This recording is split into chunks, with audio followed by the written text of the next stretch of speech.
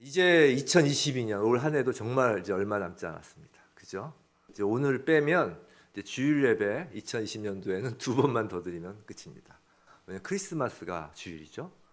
그다음에 바로 1월 1일이 또 주일입니다. 그래서 오늘 빼면 주일 예배 두 번 드리면 이제 새로운 한 해가 시작됩니다. 이 12월 남은 날 동안 우리 모두 2022년 한 해를 또 우리의 또 지나온 삶을 하나님 앞에서 한번 정리하는 시간을 가졌으면 좋겠습니다. 하나님은 늘 우리와 함께 하셨습니다.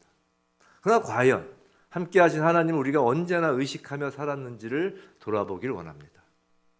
하나님은 말씀으로 우리와 늘 함께 하셨습니다. 그런데 과연 내가 얼마나 말씀을 사모하고 하나님 말씀에 순종하였는지를 돌아보길 원합니다. 하나님은 기도 가운데 우리와 함께 하셨습니다. 그런데 과연 내가 얼마나 기도하는 시간을 소중히 여기며 올 한 해를 보내왔는지 돌아보길 원합니다. 또한 하나님은 우리의 예배 가운데 함께 하셨습니다. 과연 우리가 오직 영과 진리로 하나님만을 바라보며 예배를 드려왔는지 돌아보길 원합니다. 올 한 해 동안 돌아볼 것이 참 많을 수 있습니다.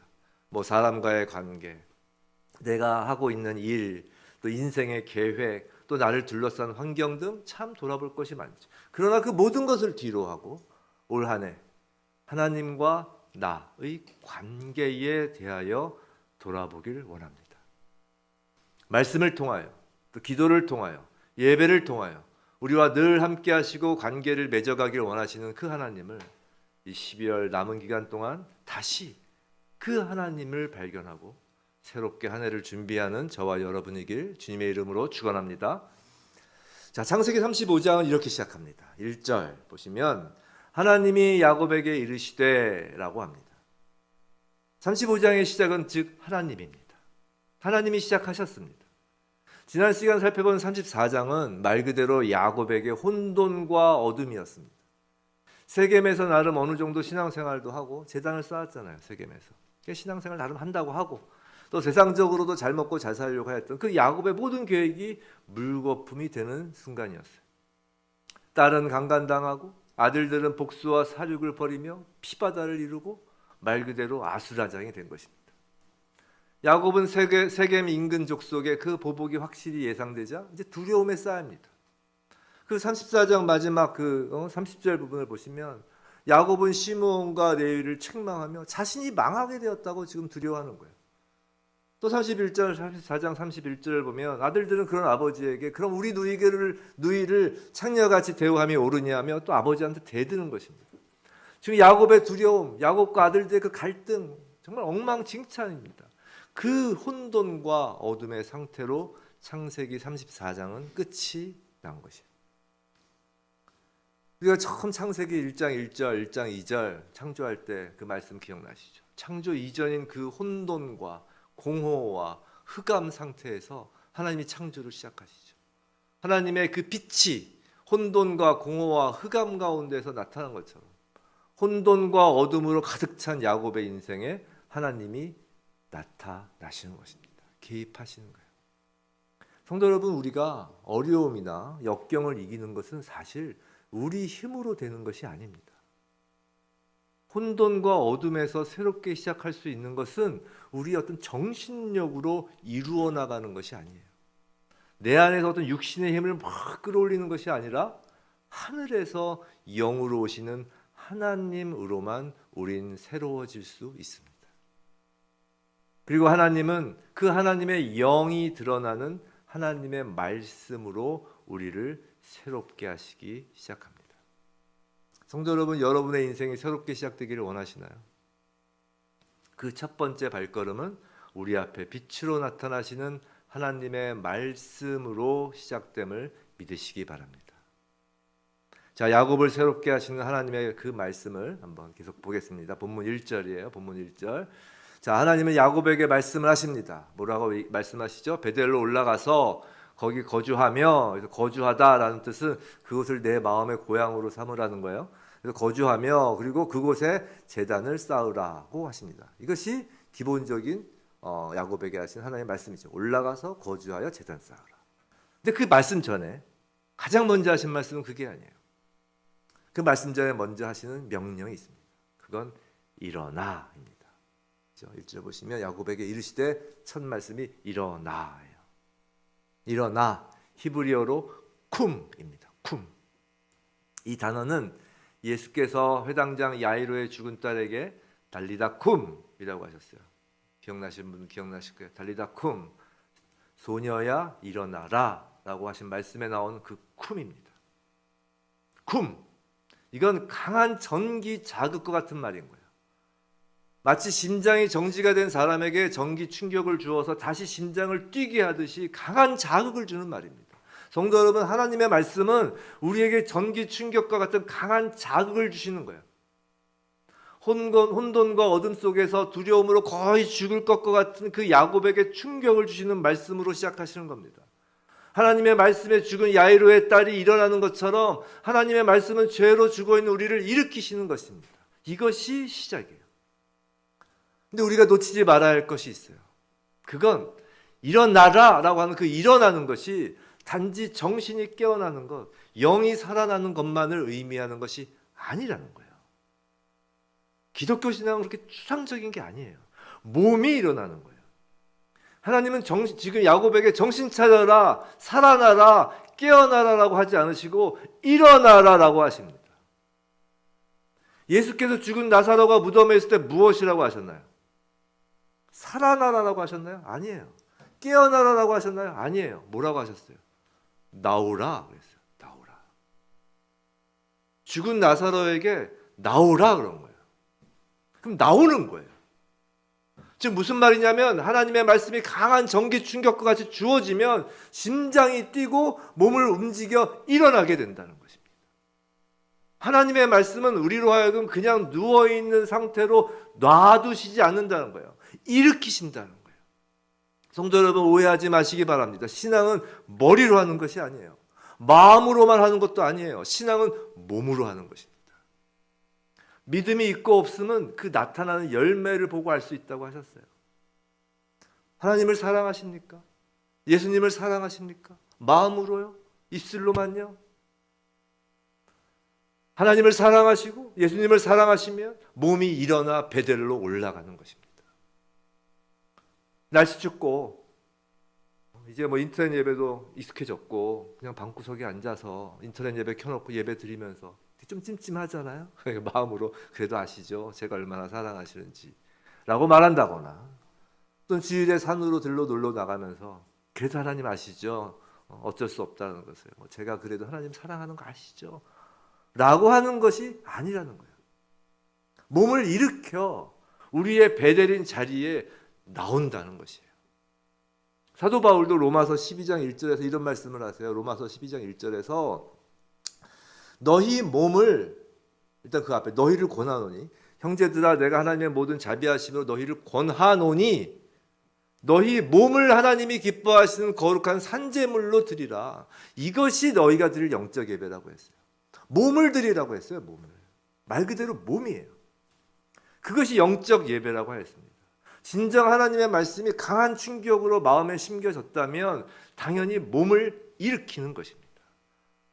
몸이 일어나지 않았다는 것은 하나님의 말씀에 능력이 없는 것이 아니에요. 여전히 우리 마음이 완악하여 하나님의 말씀을 받아들이지 않고 있다는 증거일 뿐입니다. 말씀 묵상이라는 것은 그냥 생각에 머무는 것이 아니라는 거예요.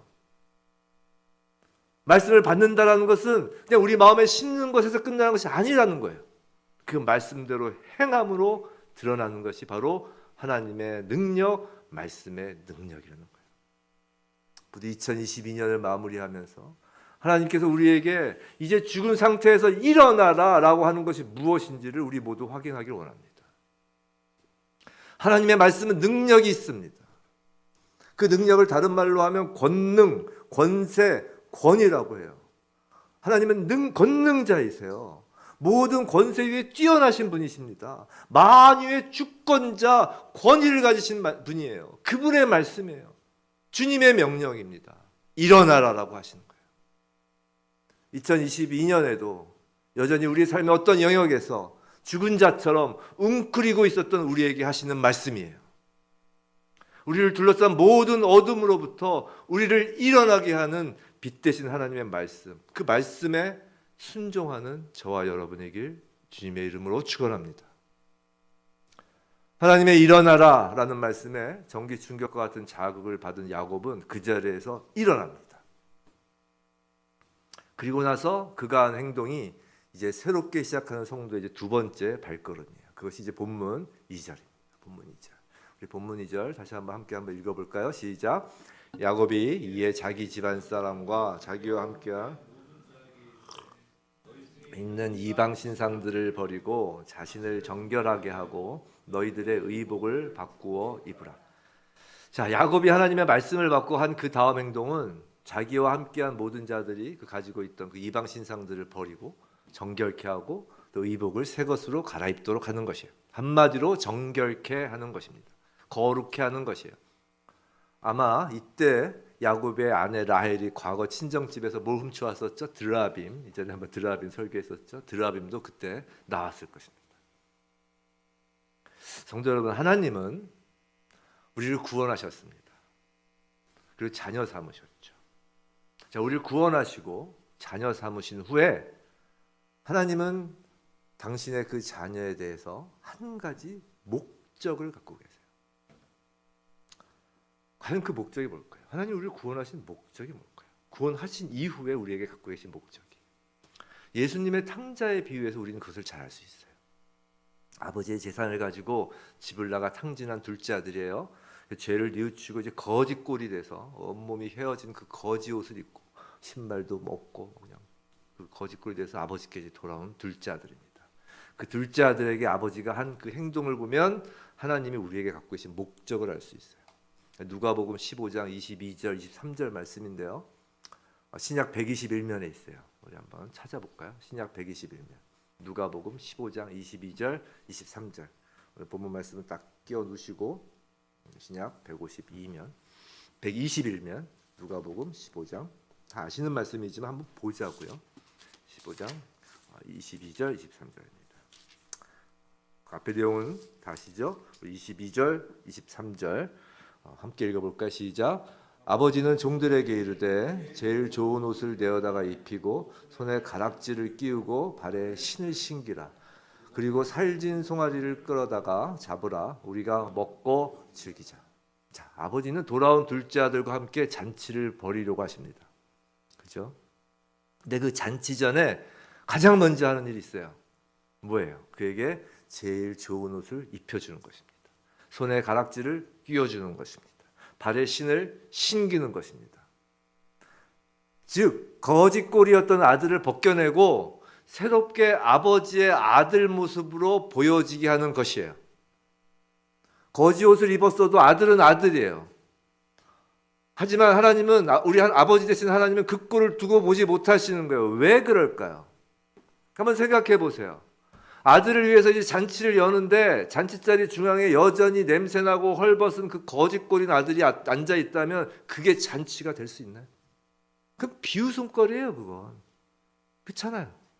근데 아들이 돌아왔다고 잔치를 벌이는데 거짓골을 해서 가운데 앉혀놓고 잔치 손님들 모아서 잔치한다고 생각해 보세요. 그건 비웃음거리죠.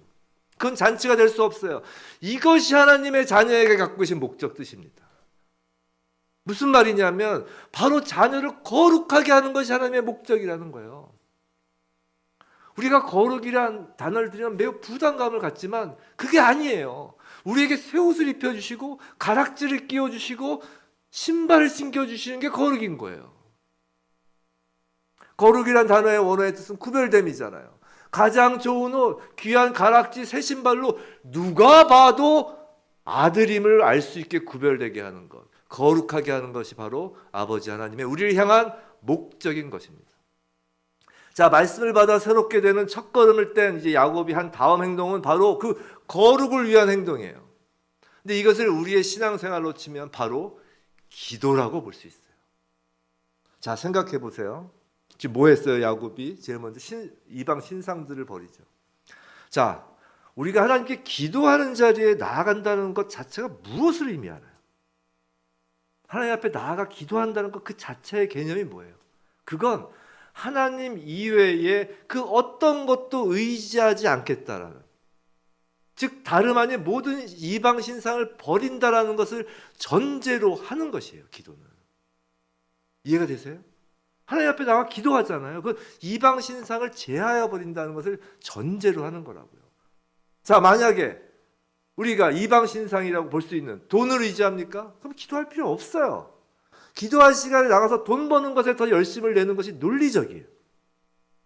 자식이 우상입니까? 그럼 기도할 필요 없어요. 자식 뒤를 쫓아다니며 자식이 잘 되어 나중에 덕볼 생각만 하면 되는 거예요. 적어도 기도의 대상이 하나님이라면 세상 그 무엇도 의지하지 않는다는 것을 전제하는 거예요. 나 스스로도 의지하지 않는다는 것을 전제하는 거예요. 나를 의지한다면 기도할 필요 없어요. 하나님께. 돌을 닦으면 되지 내가. 오직 하나님만 의지하는 것입니다. 기도란 곧 우상, 이방 신상을 버리는 행위인 것이에요. 그리고 기도는 옷을 입는 것입니다. 우리는 예수님께서 가르쳐 주신 대로 반드시 기도할 때 어떻게 기도하죠? 예수님의 이름으로 기도를 드립니다. 이건 그냥 자동적으로 주문처럼 하는 게 아니에요. 자, 예수님의 이름으로 기도를 드린다. 이 말을 거꾸로 해석하면 절대로 우리 자신의 이름으로는 기도를 할 수조차 없다라는 거예요. 기도할 자격이 안 된다는 것이에요. 우리 자신의 이름으로는 아무리 기도를 해도 그건 하나님께 드려지는 기도가 될 수 없다는 것이에요. 오직 예수 그리스도께서 십자가에서 죽으심으로 우리에게 허락한 그 그리스도의 의의 옷을 입어야 기도 자리에 나갈 수 있다는 것입니다. 우리가 기도할 때는 모두 똑같은 옷을 입고 있는 것이에요. 예수 그리스도라는 의의 옷을 입고 있는 것이에요. 자, 그렇다면 예수 그리스도의 그 보혈의 은혜로 의의 옷을 입고 하나님께 드리는 그 기도의 궁극적인 내용, 궁극적인 목적이 무엇일까요? 그럼 바로 하나님이 자녀를 향해, 하나님께서 하나님의 자녀를 향하여 가지신 그 목적과 같은 거예요. 즉 거룩인 거예요. 성도 여러분, 예수님께서 기도에 대해서 가르칠 때 우리가 잘 아는 말씀이 있어요. 그게 뭐예요? 먼저 그의 나라와 그의 의를 구하라고 하셨어요. 우리 주기도문 봐도 그 순서가 그렇게 나오잖아요. 자, 먼저 그의 나라와 그의 의를 구하라고 하신 그 의미가 무엇인가요? 그의 나라, 하나님 나라예요. 아들이 나라. 그 아들의 나라에서 뭐 해요? 천국잔치 하는 거예요. 우리가 구하는 건 그의 나라, 아들의 나라에서의 천국잔치를 구하는 거예요. 그 천국잔치에 들어가도록 또 우리가 계속 거룩한 옷, 거룩의 옷, 하나님의 의로 입혀지길 기도하는 거예요. 무엇을 먹을까, 입을까, 마실까를 구하는 것은 이방인들이 구하는 것이라고 예수님께서 가르치셨잖아요. 그것이 세상 사람들이 맨날 구하는 내용이지 않습니까? 정확하게 말씀을 하신 거예요. 우리의 기도는 거룩을 구하는 거예요. 생각해 보세요. 구원이라는 것은 늪에 빠져있는 우리를 구해내시는 거예요. 죄라는 늪에 빠진 우리를 건져내시는 거예요. 근데 구원이란 것은 그저 죄라는 늪에서 우리를 건져주시는 것에서 그치는 것이 아니라 늪에서 나온 우리로 하여금 우리 몸에 묻은 그 더러운 진흙을 씻어내서 이제 아버지의 잔치에 들어가도록 하는 것까지가 구원임을 명심하여야 한다는 거예요. 그렇기 때문에 이미 늪에서 빠져나온 성도의 기도는 날마다 거룩을 구하는 거예요. 내 힘으로 안 되기 때문에 날마다 거룩을 구하는 거예요. 그리고 그렇기 때문에 기도를 통하여 얻은 그 능력으로 거룩을 향한 구체적인 행동이 반드시 수반되어지는 것이에요. 기도는 앉은 자리에서 끝나는 것이 아니라 그 기도를 통하여 받은 그 성령님의 인도하심과 동행하심과 능력을 통하여 매 순간 거룩을 위한 우리 삶에서의 구체적인 결단과 행동으로 이어지는 것까지가 기도인 거예요. 그래서 쉬지 말고 기도하라는 것입니다. 어떻게 쉬지 않고 기도할 수 있나요? 지금 늘 골방에서 걸어다니면서 다 기도하면서 걸어다닐 수 없잖아요. 쉬지 말고 기도하라는 건 그 기도는 우리의 탐욕이라는 이방 신상을 버리라는 거예요. 음란, 거짓, 분노, 자기 의라는 그 자기 신상을, 이방 신상을 매 순간 내버리는 행동을 하라는 거예요. 매 순간 더러운 과거의 옷을 벗어버리는 그 마음의 결단과 몸의 행동이기에 쉬지 않아야 한다는 거예요. 그게 기도라는 거예요. 성도 여러분, 2022년 한 해 동안 우리는 무엇을 기도하고 행동하였을까요? 여러 가지가 있었을 것입니다. 근데 우리 자신의 거룩을 위하여 얼마나 기도하였을까요? 설사 우리의 거룩을 위해 기도하고 또 행동하였다 할지라도 여전히 부족한 부분이 반드시 있을 것입니다. 새롭게 시작한 우리의 기도는 날마다 이방 신상을 버리고 의의 옷을 입음으로써 우리와 잔치를 벌이고자 하시는 그 아버지 하나님의 그 기쁨에 참여하는 그런 기도가 되길 주님의 이름으로 축원합니다. 자, 새롭게 시작한 우리들의 세 번째 발걸음은 이제 공동체성의 회복이에요. 본문 3절이에요. 우리 3절 함께 한번 읽어볼까요? 시작. 우리가 일어나 베델로 올라가자. 난 날에 내게 응답하시며 내가 가는 길에서 내가 거기서 제단을 쌓으려. 자, 베델은 잘 아시는 바와 같이 야곱이 에서를 피해 고향에서 도망쳐 나오면서 천사가 사다리를 타고 내려오는 것을 본 장소죠. 자, 야곱이 하나님을 처음 만난 곳입니다. 근데 그때 하나님을 만난 것은 야곱 혼자였어요. 근데 오늘 본문에서 야곱이 뭐라고 하나요? 우리가 일어나라고 해요. 지금 3절에서 우리가 일어나. 지금 야곱은 하나님의 말씀으로 일어났습니다. 근데 혼자 일어난 것에서 그치는 것이 아니라 이제 우리가 일어나자고 하는 것이에요. 내가 만난 하나님을 우리가 만나러 가자고 하는 것이에요. 이것이 바로 제대로 된 성도의 신앙 간증이 되는 것이에요. 자, 2절에서 본 거룩도 마찬가지입니다. 야곱이나 자신의 가족뿐 아니라 함께한 모든 사람들로 하여금 정결토록 하였어요. 기도라는 것도 자기 자신의 거룩뿐만이 아니라 모든 사람들의 거룩을 위해 기도하는 그 공동체적인 기도를 하는 것이에요. 나만의 거룩이 아니라. 자, 베델로 올라가는 것도 혼자가 아니라 함께 가자고 하는 것입니다. 자, 야곱은 방금 전 34장에서 자신의 아들로부터 존경을 잃은 사람이었습니다. 근데 오늘 본문 4절을 보시면 어느덧 야곱의 리더십이 회복되어 이제 사람들이 자신들이 가지고 있던 우상들을 모두 파묻죠. 그리고 함께 올라갑니다. 어떻게 갑자기 야곱의 리더십이 돌아왔을까요? 이건 사람이 한 것이 아니에요. 사랑하는 성도 여러분, 성도의 리더십은 카리스마로 세워지는 것이 아니에요. 말씀과 기도를 통해 하나님께서 회복시켜 주시는 겁니다. 그리고 성도의 리더십은 억누르는 것이 아니에요.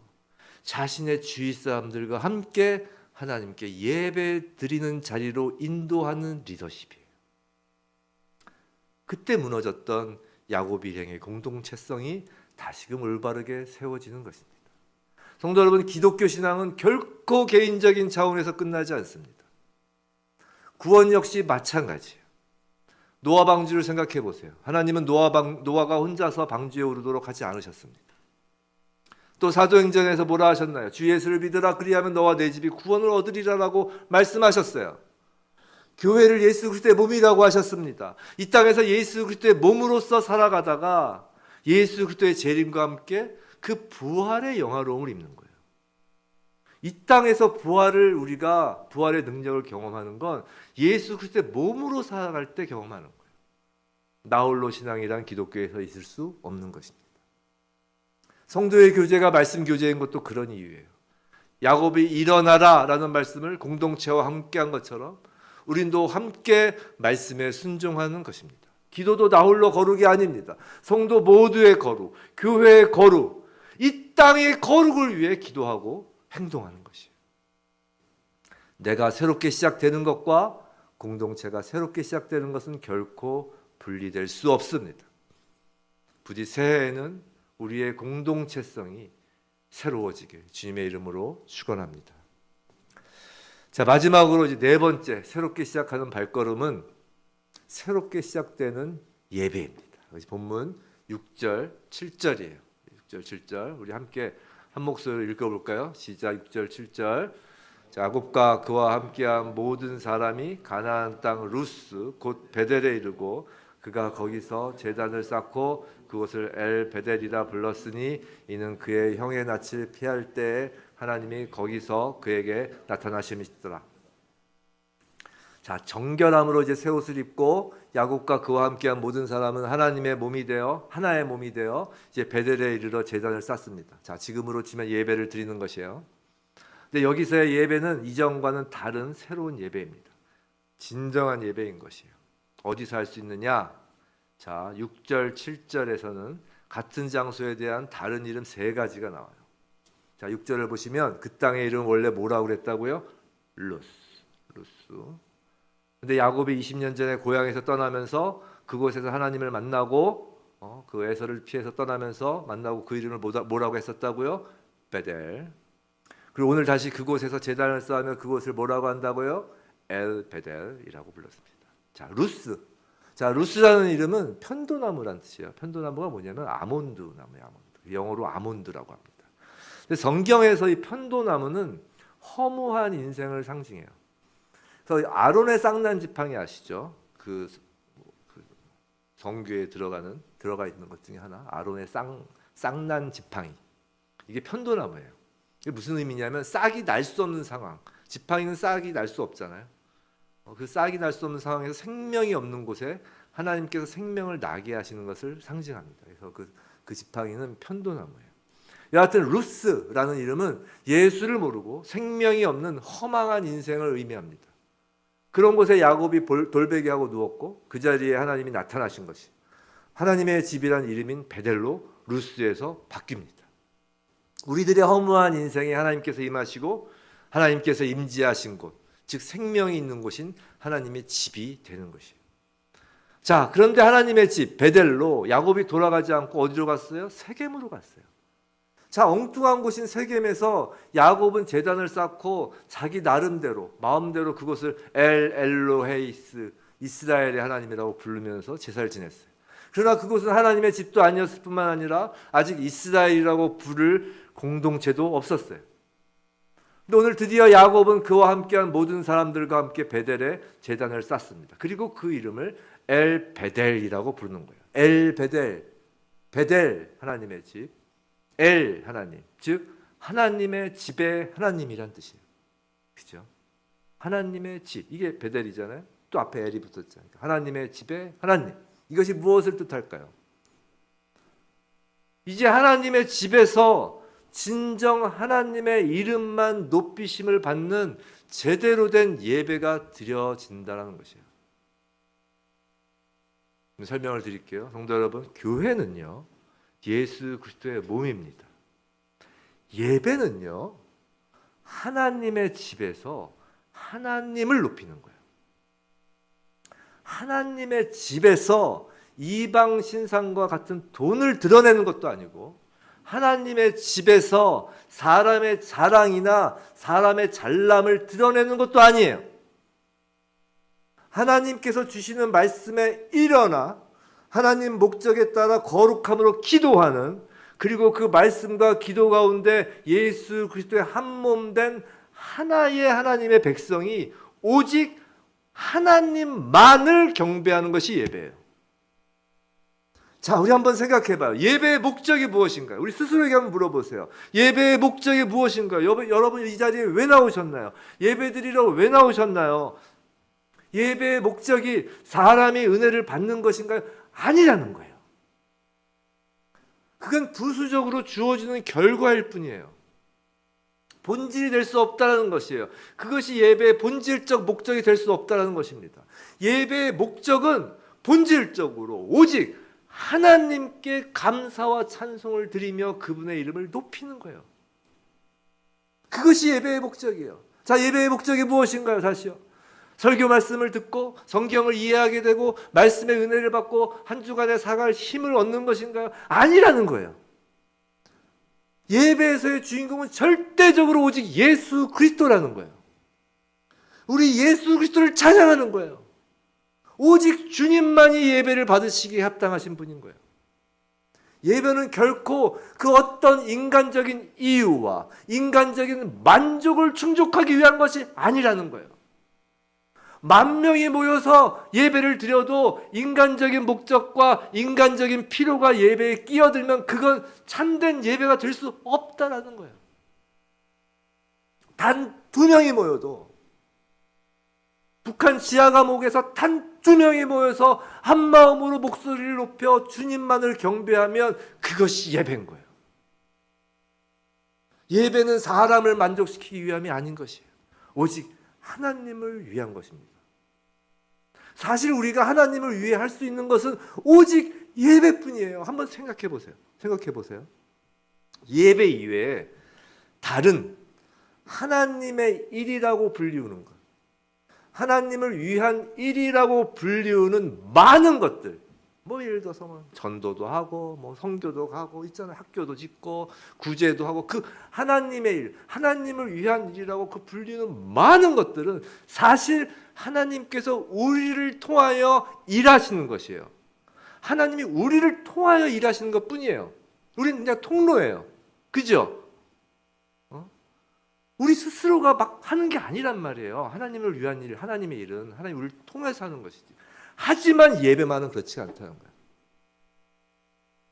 예배만이 인간이 하나님을 위해 할 수 있는 유일한 것이란 거예요.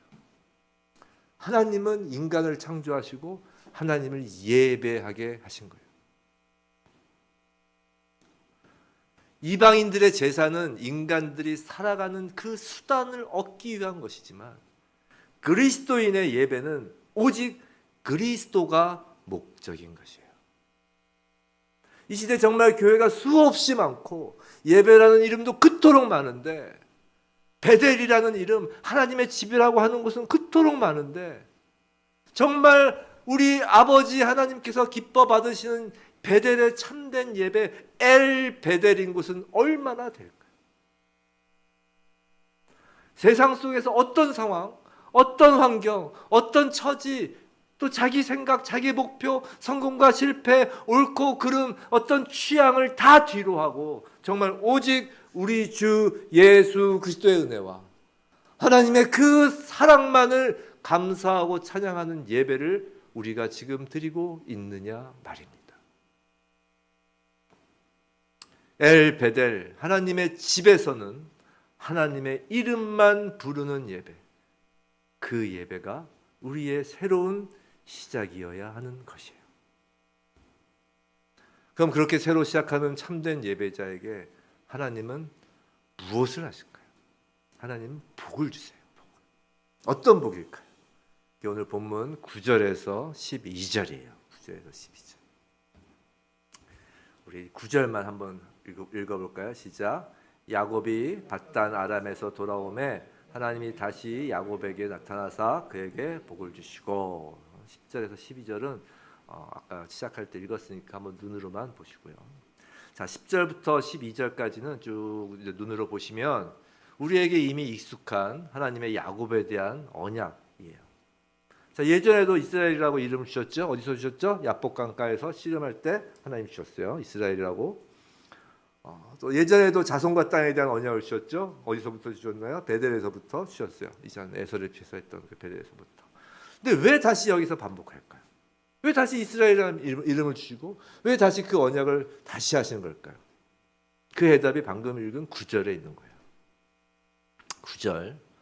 야곱이 밧단 아람에서 돌아오매 하나님이 다시 야곱에게 나타나서 그에게 복을 주시고라고 합니다.